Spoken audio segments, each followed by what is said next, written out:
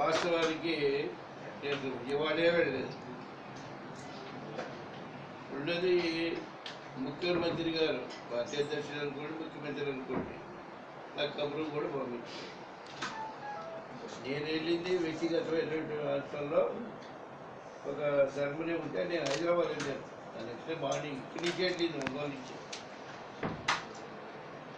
కాబట్టి ప్రజలకి ఆయన ఏదో నన్ను ఏదో అన్నట్టు అది రకరకాలు రాశారు ఒక పేజీ నిండా.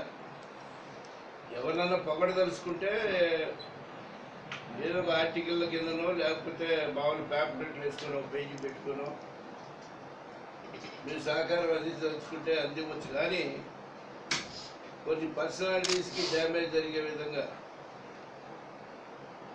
రాయటం అనేది అది ఇప్పటికైనా వాళ్ళకి మైండ్ మార్చుకోవాలని చెప్పి ఈ సందర్భంగా నేను సందర్శిస్తున్నాను.